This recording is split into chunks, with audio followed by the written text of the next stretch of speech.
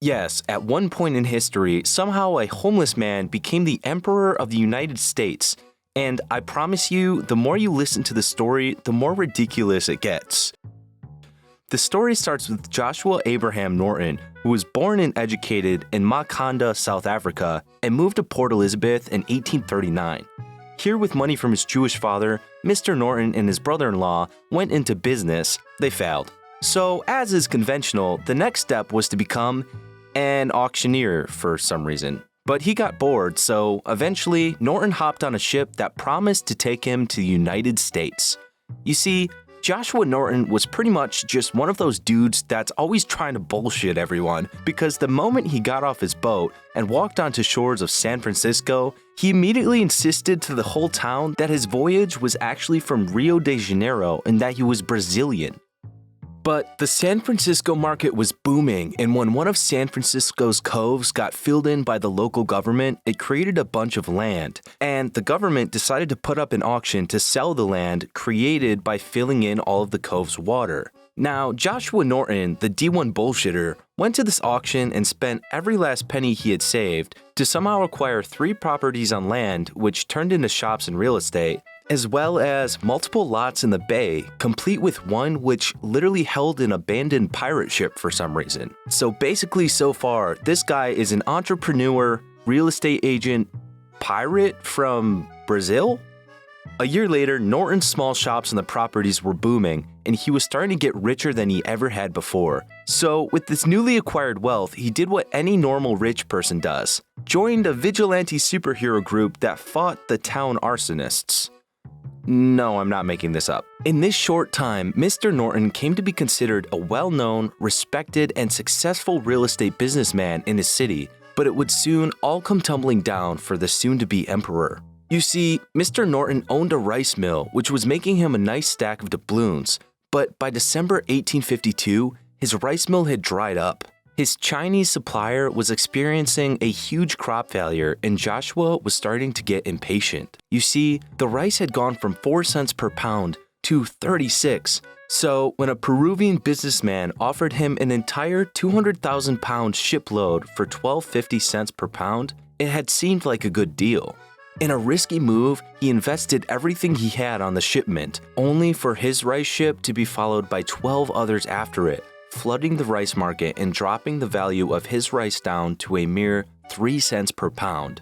Now, of course, being the upstanding 100% Brazilian real estate mogul he was, Mr. Norton took accountability and sued the Peruvian rice supplier for failing to predict the future. Somehow, this really stupid case even made it to the Supreme Court, and against all odds, he actually lost.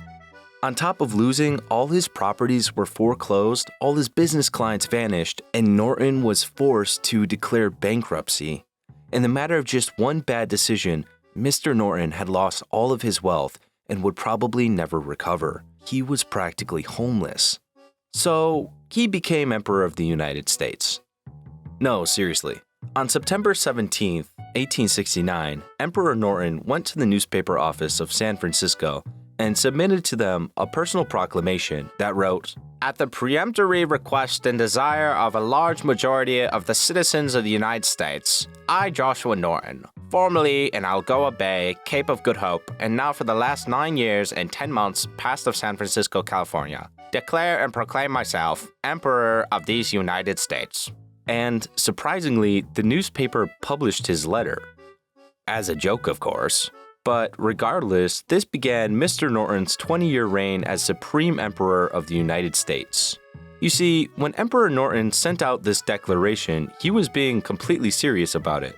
He didn't realize that it was published as a joke and that all of the townspeople were just playing into it as a whimsical bit. In fact, only a couple months after his proclamation was announced, he decided to add to his title that he was also the Emperor of Mexico. But Mexico sent him death threats, so he changed his title to Protector of Mexico. Then he released an imperial decree which asked the army to dismantle the elected officials of the US Congress. Quote, "Whereas a body of men calling themselves the National Congress are now in session in Washington City, in violation of our imperial edict of the 12th of October last, declaring the since Congress abolished. Therefore, We do hereby order and direct Major General Scott, the Commander-in-Chief of our armies, immediately upon receipt of this, to proceed with suitable force and clear the halls of Congress. Now, Emperor Norton must have been getting pissed by now, because even after he sent this, his letter got left unread by both Congress and the army. This wouldn't be the only decree Emperor Norton would send out though, as he later sent another one commanding the Republic to be dissolved in favor of an absolute monarchy, and another one ordering the Catholic and Protestant churches to publicly ordain him as emperor. And then they left him on red too. So he did what any normal person would do and decided to double down by writing even more insane decrees. Like in one decree he wrote, "Now therefore we, Norton, I, by the grace of God, Emperor of the 33 states and the multitude of territories of the United States of North America, do hereby dissolve the Republic of the United States, and it is hereby dissolved, and all laws made from and after this date, either by the National Congress or any state legislature, should be null and of no effect."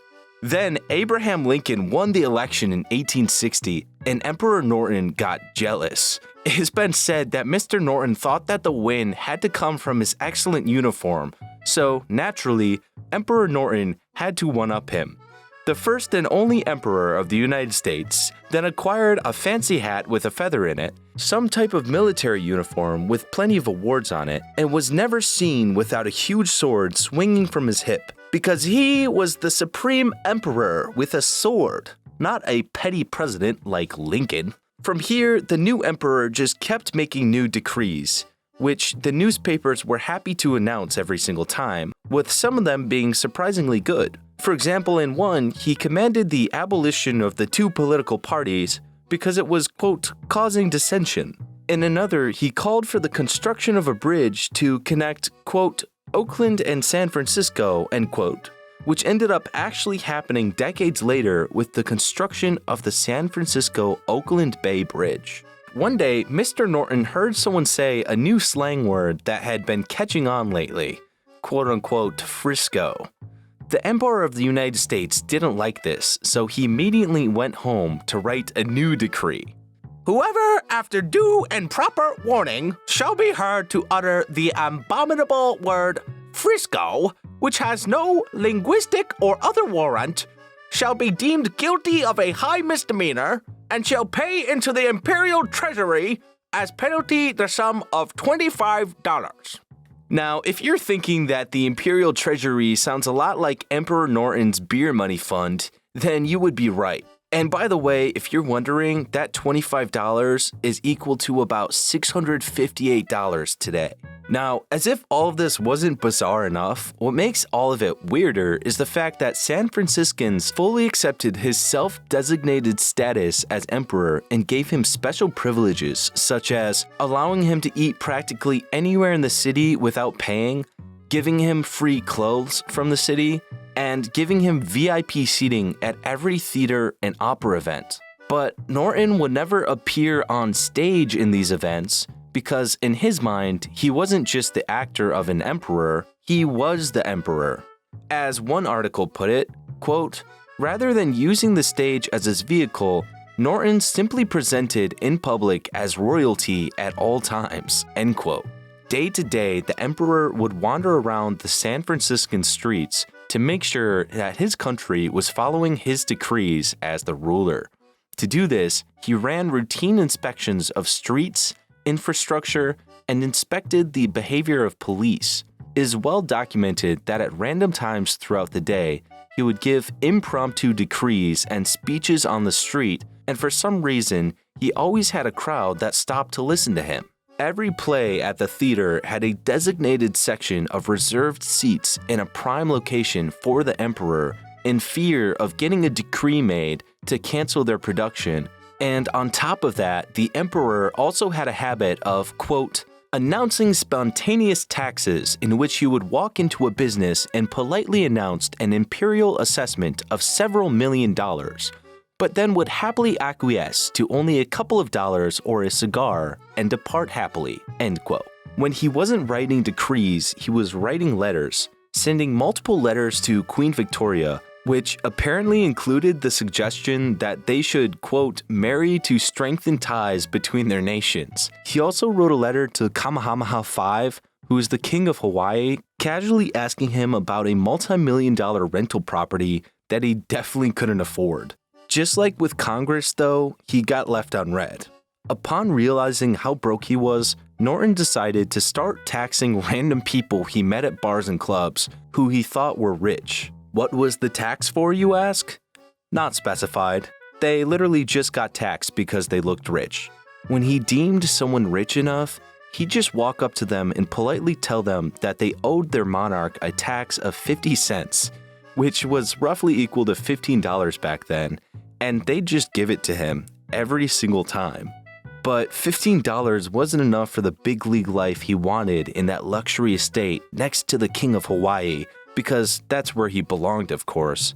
So Emperor Norton decided to do what any other normal person would do. He got a job. Just kidding. He started printing his own money. Norton made a whole range of scripts, which are pretty much like banknotes, ranging from 50 cents to $10, except that these little notes came with a promise that when the year 1880 came along, he would totally pay all of them back with 7% interest. And, in a surprise to nobody, San Franciscans totally fell for it. Tourists wanted to get these glorified I owe you ones as souvenirs, and several restaurants actually did accept them as payment.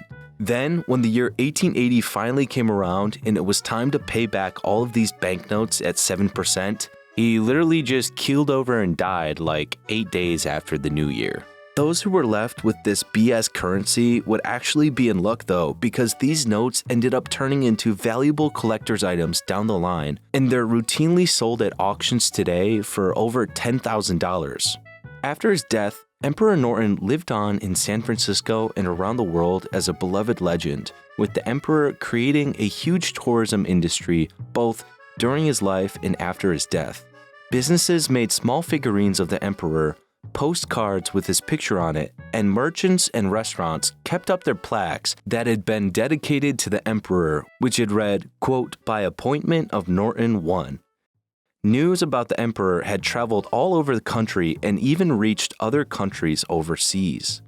Whether he was mentally ill, the world's best manifester, or simply the biggest troll in history, the first and only emperor of the United States was a legend, and it's a great example of turning lemons into lemonade. You see, he could have just been a miserable homeless man for the rest of his life, but instead, he grabbed his destiny by the horns and became a delusionally optimistic homeless man for the rest of his life.